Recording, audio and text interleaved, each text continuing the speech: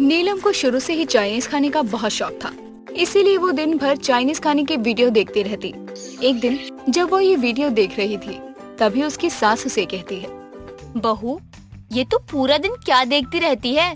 तुझे कोई और काम नहीं है क्या? इसमें बुराई क्या है? मैं तो चाइनीज खाना बनाना ही सीख रही हूँ। क्यों? तुझे क्या अपनी चाइनीज खाने की दुकान खोलनी है क्या? चाइनीज बेचना चाहती है क्या? अरे वाह माँ जी, वैसे ये तो आपने बहुत अच्छा आइडिया दिया है। मैं भी अपनी एक चाइनीज की दुकान खोल सकती हूँ, कुछ पैसे हाथ में आएंगे। ये तू क्या कह रही है बहू? अब तो सड़क पर जाकर चाइनीज बेचेगी, लोग क्या बोलेंगे? अरे माँ जी, यही बोलेंगे। वो देखो, वीना की बहू चाइनीज बेच रही है। इसके हाथ से बनी चाइनीज एक नंबर की होती है। अपने मुंह मियाँ मिट्टू बन गई हो तो कुछ काम भी कर ले। पूरा घर फैला हुआ है, सुबह से साफ सफाई भी नहीं हुई है। अरे माँ जी, आप भी ना एक मिनट भी सांस नहीं लेने देती। पूरा दिन भैंस की तरह पसरे रहने के बाद भी तेरे यही ड्रामे होते हैं। जाकर काम कर। इस घर में किसी को भी मेरी कदर नहीं है। अब तो मैंने ठान लिया है, चाइनीज लगाकर ही फेमस हो जाना है और इन सब का मुंह बंद कर देना है। इतना कहकर अपने नंबर से चली जाती है। कुछ दिन बीतते हैं। एक दिन नीलम बाजार से सामान खरीदने के लिए जाती है। बाजार में वो देखती है कि तरह तरह के खाने की चीजें लगी हुई थी, जिन्हें देखकर नीलम कहती है, अरे वाह, यहाँ तो लोगों ने खाने पीने के सामान का सही बाजार लगाया हुआ है। कहीं आलू चाट है तो कहीं पानी पूरी। क्यों ना मैं भी अपनी चाइनीज की एक दुकान यही लगा दूं। इतना कहकर अब नीलम थोड़ा और आगे जाती है। कुछ देर में वहाँ बारिश होने लगती है। आसपास जिन भी लोगों ने खाने पीने की ठेली लगाई थी, वो सब बारिश में भीग जाते हैं। सभी अपना अपना सामान बेचने के लिए वहाँ से भागने लगते हैं। ये सब नीलम देख रही थी। अरे, बारिश ने इन सब का काम तमाम कर दिया। अगर मैंने भी ऐसे ही ठेली पर काम शुरू किया तो मेरा भी यही हाल होगा। कुछ तो करना चाहिए। घर जाते समय उसे एक वैन में मोमोज बेचता हुआ आदमी नजर आता है। उसे देखकर नीलम कहती है, अरे वाह, ये सही तरीका है अपने आप और अपने खाने को बचाने का। अब मैं समझ गई, मैं भी अपनी चाइनीज वैन में ही लगाऊंगी। इतना कहकर वो वहाँ से चली जाती है और घर जाकर अपने पति राहुल को अपना आइडिया बताती है। सुनिए जी, मैं क्या सोच रही थी, आप तो काम पर चले जाते हैं और माँ जी भी दिन भर बाहर रहती हैं, अपने दोस्तों से गप्पे लड़ाती हैं और मैं यहाँ अकेली घर में रह जाती हूँ। हाँ, तो तुम क्या चाहती हो? मैं भी काम छोड़कर घर पे बैठ जाऊँ और फिर हम दोनों पूरा दिन घर में रहकर बस सांप सीढ़ी खेलें? नहीं जी, आपको तो लूडो खेलना भी नहीं आता, तो आप सांप सीढ़ी क्या खा खेलेंगे?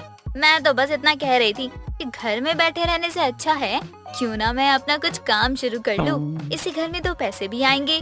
क्यों, मेरे कमाने से तुम्हें खर्चा पूरा नहीं होता क्या, जो तुम्हें खुद का बिजनेस करना है? कह तो ऐसे रहे हो जैसे महीनों का लाख रुपए लाते हो, गिनती के 25,000 कमाते हो, उसमें से भी 15 तो आपकी माँ ही रख लेती है। बचे 10 में से घर का राशन आता है। मुझे क्या मिलता है? बाबा जी का ठुल्लू। कुछ लेना हो तो तुम्हारी माँ के आगे हाथ फैलाने पड़ते हैं। माँ जी 100 रुपए दे दो, माँ जी 500 रुपए दे दो। उसमें भी तुम्हारी माँ के अलग ही नखरे हैं। अब बताओ क्या होता है तुम्हारे पैसों से? होता ही क्या है? अच्छा, इतनी ही परेशानी थी मुझसे तो तुमने मुझसे शादी क्यों की? तुम्हें तो शुरू से पता था ना कि मेरी सैलरी 25,000 है, तो अब तुमने मना क्यों नहीं कर दिया? तब तो मुझे ये कहा गया था कि लड़का इकलौता है, 25,000 कमाता है, माँ का भी कोई भरोसा नहीं है कब परलोक सिधार जाए। लेकिन ये नहीं बताया था कि माँ जी तो अभी मेरे मरने तक नहीं मरेगी।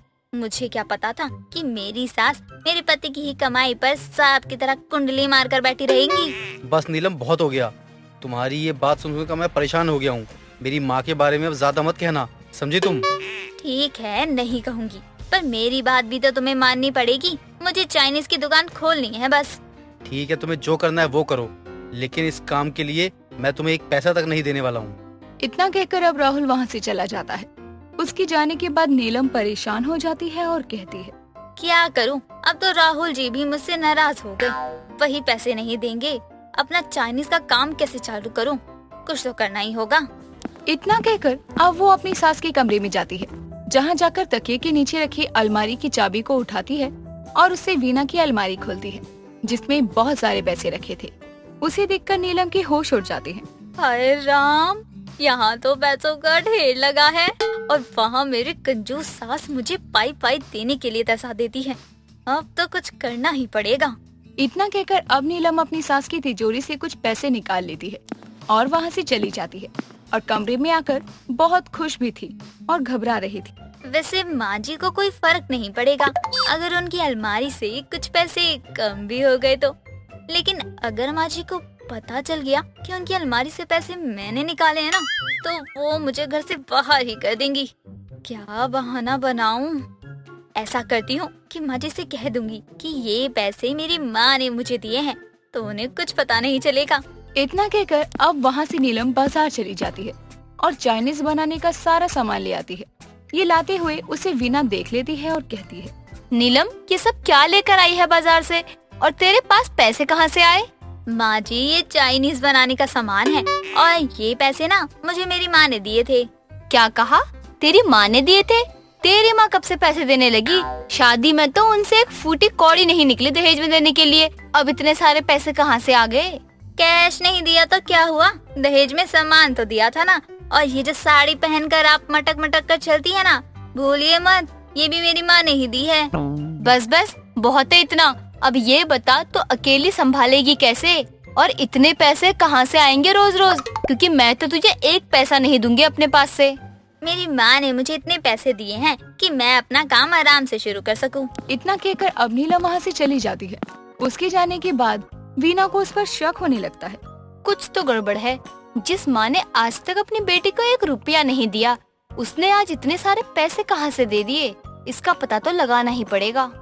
एक दिन और बीत जाता है और अगली सुबह नीलम एक वैन भी खरीद लेती है, जिसे देखकर राहुल और वीना हैरान हो जाते हैं। अरे बहू, ये वैन किसकी चुरा लाई तू? माँ जी, चुराई नहीं है, ये वैन मेरी है। इसमें ही तो मेरी शुरू होगी चाइनीज की दुकान। हे भगवान, अब ये लड़की पता नहीं क्या बवाल करने वाली है, मुझे तो कुछ समझ नहीं आ रहा। अब नीलम अपनी वैन वाली चाइनीज की दुकान लेकर तैयार हो जाती है और बाजार निकल जाती है। नीलम की वैन पर लिखा हुआ था कि वैन में चाइनीज बेचने वाली बहू। ये अतरंगी नाम देखकर उसकी चाइनीज खरीदने के लिए बहुत सारे लोग आते हैं और ऐसे ही धीरे धीरे चाइनीज बिकनी शुरू हो जाती है। वहीं लोगों को भी ये चाइनीज बहुत पसंद आती है और जब वो घर आती है तो उसे देखकर उसकी सास कहती है, क्यों आ गई ना खाली हाथ? कमाया नहीं ना एक भी ढेला, बस फालतू का पैसा उड़ाना है महारानी को। नहीं माँ जी, आज तो बहुत अच्छी कमाई हुई है। लोग बहुत खुश हो रहे होंगे मेरी हाथ की बनी चाइनीज खाकर। थोड़ी चाइनीज मैं बचा कर भी लाई हूँ आपके लिए। इतना कहकर अब नीलम अपनी सास को भी चाइनीज खिलाती है और वो खाकर वीना को बहुत मजा आता है। अरे वाह बहू, तेरी ये चाइनीज टी सच में बहुत अच्छी है। मुझे लगा था कि तू पता नहीं क्या बवाल बनाने वाली है, पर ये तो बढ़िया है। तभी तो माँ जी मैंने वैन वाली चाइनीज की दुकान लगाई है, और सच बताऊं तो इसके लिए मैंने पैसे भी आपकी तिजोरी से निकाले थे। हाय राम, मेरे पैसे। रुचि अपने ससुराल वालों के साथ दिल्ली में रहती थी। रुचि को चटपटी पाव भाजी खाना बहुत पसंद था। जहाँ एक तरफ रुचि को चटपटी पाव भाजी खाने की आदत थी, वहीं दूसरी तरफ उसका पति अनुज डॉक्टर था, जिस वजह से उसके घर में सभी लोग ज्यादा से ज्यादा बॉइल्ड खाना खाते थे। एक दिन सुबह के समय उसकी ननद नेहा, सास उर्मिला और पति अनुज डाइनिंग टेबल पर बैठकर नाश्ते का वेट कर रहे होते हैं। तभी रुचि सबके लिए नाश्ते में पाव भाजी लेकर आती है। देखिए, मुझे आप लोगों की पसंद नापसंद अभी अच्छे से पता नहीं है, तो मैंने आज का नाश्ता अपनी पसंद का बना लिया। बस आप लोगों को पसंद आ जाए। कोई बात नहीं बहू, हमें तुझसे कोई शिकायत नहीं है। तूने जो बनाया है अच्छा ही बनाया होगा। तुम्हारी माँ ने बताया था कि तुम खाना अच्छा बनाती हो। मुझे उम्मीद है आज तुमने नाश्ते में भी कुछ अच्छा ही बनाया होगा। हाँ भाभी, अब आप लोग आपस में ही बातें बाद में कर लेना, पहले नाश्ता कर लें। मुझे बहुत भूख लगी है और भाभी के हाथों का नाश्ता देखकर मुझसे तो रुका ही नहीं जा रहा है बिल्कुल भी। मुझे तो बस नाश्ता चाहिए। रुचि, तुम पहले इसे ही दे दो नाश्ता, वरना हमारे पेट में दर्द होने लगेगा। भैया, मैं आपको इतनी भुक्कड़ दिखाई देती हूँ क्या? रहने दो, मुझे नहीं चाहिए कोई नाश्ता। मैं जा रही हूँ, खाइए आप लोग। अरे रुक जाओ, मैं तो मजाक कर रहा था। बैठो, जब देखो गुस्सा करके चली जाती हो। पता नहीं क्या होगा तुम्हारे ससुराल वालों का, जहाँ तुम शादी करके जाओगी। रुचि, तुम नाश्ता दो सबको। अनुज के कहने पर नेहा बैठ जाती है, जिसके बाद रुचि सबके लिए नाश्ता निकालती है। सभी खाने जा ही रहे थे कि तभी अनुज की कॉल आ जाती है और वो बात करते हुए उठकर चला जाता है। जिसके बाद रुचि की सास और ननद जैसे ही पाव भाजी खाते हैं, तीखे की वजह से उनकी आंखों से आंसू आने लगते हैं। दोनों पानी के लिए रसोई में जाती हैं और फ्रिज से पानी की बोतल निकालकर हॉल में घूमते हुए पानी पीने लगती हैं। तभी अनुज वहाँ आता है। ये क्या हो रहा है? आप लोग नाश्ते के टाइम पर मॉर्निंग वॉक क्यों कर रहे हैं? बोलिए कुछ। माँ, नेहा। बेटा आग लगे नाश्ते में, मैं तो जान निकल जाएगी लगता है। बहू ने इतना तीखा नाश्ता बनाया है, पूछो मत। हाँ भैया, पूरा मुंह जल रहा है। अब हम क्या करें? बहुत तीखा लग रहा है। क्या हुआ माँ जी, ज्यादा तीखा हो गया क्या? मैंने तो अपने हिसाब से कम ही बनाया था, वरना तो मैं इससे भी ज्यादा तीखा खाती हूँ। बाप रे, हमारी इतने तीखे में ही हालत खराब हो गई, तो इससे ज्यादा तीखा कैसे खा लेती है? कुछ कर बहू, मुंह बहुत जल रहा है मेरा। अपनी सास और ननद को तीखे से तड़पते देखकर रुचि भागकर रसोई में जाती है और कटोरी में चीनी लाकर दोनों को देती है, जिसे खाने के बाद दोनों को सुकून मिलता है। और अनुज रुचि से, रुचि, माना तुम्हें चटपटी पाव भाजी खाने की आदत है, लेकिन हमारे घर में सभी उबला हुआ खाना खाते हैं, बिल्कुल सिंपल। इसलिए आगे से खाना बनाते टाइम ध्यान रखना वो नॉर्मल से भी कम तीखा हो, सिर्फ नमक वाला, कोई मिर्ची नहीं। छी, ये उबला हुआ खाना तो मुझसे नहीं खाया जाएगा। मुझे जब तक चटपटी पाव भाजी ना मिले तो मेरा पेट ही नहीं भरता। माना आप डॉक्टर हैं, लेकिन मैं पेशेंट नहीं हूँ। जैसे तुम तीखा चटपटा खा लेती हो ना शौक से, वैसे ही मेरे घर वाले उबला हुआ खा लेते हैं, क्योंकि जितना सादा खाना खाओगी, तीखा तेल मसाला नहीं खाओगी, उतना फायदा रहेगा और बीमारियों से बचोगी। क्या अनुज जी, आप भी ना, एक ही तो जिंदगी है, वो भी हम उबला हुआ खाना खाकर बिताते, वो भी तब जब हमारे पास खाने के लिए इतने सारे आइटम हैं। मुझसे तो कंट्रोल ही नहीं होने वाला। मुझे तो चटपटा खाना ही पसंद है। अब आप लोगों ने नहीं खाया तो मैं ही खा लेती हूँ अपनी बनाई हुई चटपटी पाव भाजी। रुचि इतना कहकर पाव भाजी की प्लेट उठाकर अपने कमरे में चली जाती है और आराम से बैठकर खाने लगती है। अनुज अपनी क्लिनिक के लिए निकल जाता है। समय बीतता है। तभी एक दिन उर्मिला की बहन कुसुम उससे मिलने के लिए घर आती है और देखती है कि एक औरत हाथों में पाव भाजी की प्लेट लिए टीवी देखते हुए खाने में लगी है। तभी वो भी जाकर सोफे पर बैठती है, जिसे देखकर रुचि, अरे अरे, तुम कौन हो? कहाँ घुसी चली आ रही हो? ना कोई जान ना पहचान, आराम से आकर मेरे सोफे पर बैठ गई। उठो, अभी के अभी उठो। अरे बहू, तेरा दिमाग खराब हो गया है क्या? तेरे अंदर अपने से बड़े से बात करने की तमीज वमीज नहीं सिखाई तेरे माँ बाप ने? तमीज तो बहुत है, लेकिन जान पहचान वालों के लिए, ऐसे किसी अजनबी लोगों के लिए मेरे अंदर कोई तमीज नहीं है। और मैं तुम्हारी कोई बहू नहीं हूँ, मेरी एक ही सास है। बहू, लगता है तेरी सास ने तुझे मेरे बारे में नहीं बताया, तभी तो तुम मुझे पहचान नहीं पा रही। ये सब बोलकर जान पहचान निकालने की कोशिश मत करो। तुम अभी निकलो मेरे घर से, वरना मैं शोर मचा दूंगी कि एक चोरनी मेरे घर में घुस आई है।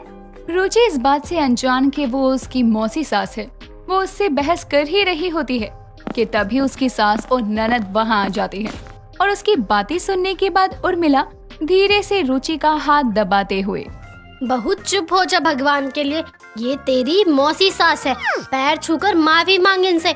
पता नहीं क्या क्या बोल गई तू। क्या? मुझे तो पता ही नहीं था। माफ करना मौसी जी, मुझे आपके बारे में पता नहीं था, इसलिए पता नहीं क्या क्या बोल दिया। अरे कोई बात नहीं, लेकिन मैंने तेरी फोटो देखी हुई थी तो मैं तुझे पहचान गई। अरे रोज बादाम खाती हूँ ना, तो याददाश्त अच्छी है मेरी। अब बातों से तो तूने मेरा पेट भर ही दिया है। अगर कुछ खिला दे तो बहुत मेहरबानी होगी तेरी। जी बताइए मौसी जी, आप क्या खाएंगी? जो तू खा रही थी ना, वही खा लूंगी। अब तुझे क्या ही परेशान करूँ। कुसुम, बहू पाव भाजी खा रही थी, लेकिन तुम उसे मत खाओ, तुम कुछ और बनवा लो, बहू वो बना देगी, लेकिन पाव भाजी नहीं। क्यों भाई, मैं क्यों नहीं खा सकती? अब तो मैं पाव भाजी ही खाऊंगी। बहू, तू लेकर आ जा जल्दी से मेरे लिए। उर्मिला के बार बार मना करने के बाद भी कुसुम रुचि की बनाई हुई चटपटी पाव भाजी खा लेती है, जिसे खाते ही वो तीखे के कारण पूरे घर में घूमने लगती है। तभी रुचि उसके लिए चीनी लेकर आती है। लीजिए मौसी जी, खा लीजिए चीनी, तीखा कम हो जाएगा। माँ जी, इसलिए आपको पाव भाजी खाने से मना कर रही थी। पूरा का पूरा घर ही पेशेंट है, उबला हुआ खाना खाने वाला। और तुम मिर्ची खाने वाली। उर्मिला, कितनी तीखी है ये पाव भाजी। तेरे उबले खाने वाले घर में ये चटपटी पाव भाजी खाने वाली बहू कहाँ से आ गई? पता नहीं कुसुम, अब क्या ही बताऊं। मैं तो जल्दी बहू के हाथों का कुछ नहीं खा पाती। पता नहीं कब चीनी की जरूरत पड़ जाए। उर्मिला की बातें सुनकर सभी हंसने लगते हैं। समय बीतता है लेकिन रुचि अपनी चटपटी पाव भाजी खाना नहीं छोड़ती। तभी एक दिन अनुज और रुचि पार्टी में जाते हैं, जहां रुचि सभी खाने को एंजॉय करते हुए खा रही थी। वहीं अनुज सिर्फ फ्रूट सैलेड्स खा रहा था। रुचि को इतना ऑयली और तीखी चीजें खाते देखकर अनुज रुचि से, बस करो यार, तुम्हें ऐसा तीखा खाते देख कर तो मुझे तीखा लग जाता है। तुम कितना चटपटा खाती हो यार। ये सब खाना हमारे शरीर को बीमार कर सकता है। ज्यादा मत खाओ, नुकसान करेगा बहुत तुम्हें। बिल्कुल भी नहीं, मैं तो इससे भी ज्यादा तीखा खा लूं। ये तो कुछ भी नहीं है। और पानी भी ना मांगो, आपकी तरह थोड़ी जो सिर्फ फ्रूट सैलेड खाकर रहूं। रुचि की बात अनुज को अच्छी नहीं लगती और वो अगले दिन सुबह नाश्ते में खुद पाव भाजी बनाता है। वो भी रुचि की बनाई हुई चटपटी पाव भाजी से भी ज्यादा तीखी, और उसे रुचि को खाने के लिए देता है, जिसे खाते ही रुचि के कान नाक से धुआं निकलने लगता है और वो पानी मांगने लगती है, लेकिन अनुज उसे पानी नहीं देता। तभी रुचि, अनुज जी पानी दीजिए, बहुत तीखा लग रहा है, जान निकल रही है मेरी, तो प्लीज जल्दी दीजिए। एक शर्त पर कि आज के बाद तुम घर में नॉर्मल तीखा खाना बनाओगी जो सभी खा सकें, और ये अपनी चटपटी तीखी पाव भाजी खाना छोड़ दोगी। ये सेहत के लिए अच्छी नहीं है। हाँ ठीक है, अब जो बोलेंगे ना मैं वही करूँगी, लेकिन पानी दे दीजिए। रुचि की बात सुनकर अनुज हंसते हुए रुचि को पानी दे देता है। इस तरह से रुचि अपनी शर्त में हार जाती है और अनुज रुचि की चटपटी पाव भाजी खाने वाली आदत को छुड़ाने में कामयाबी पाता है।